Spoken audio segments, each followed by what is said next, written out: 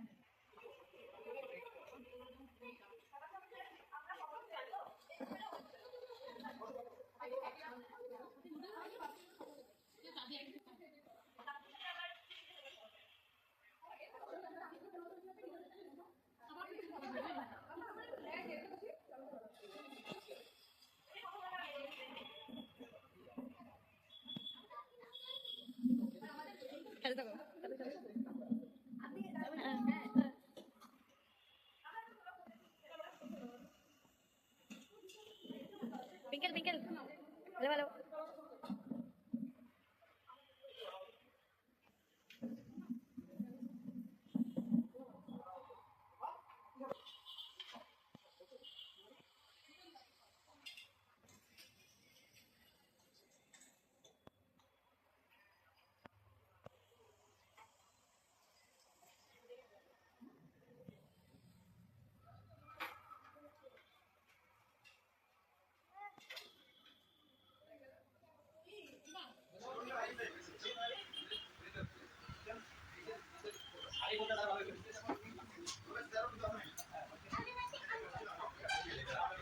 দেখি দেখি বার্থডে কালকে একটু দেখি।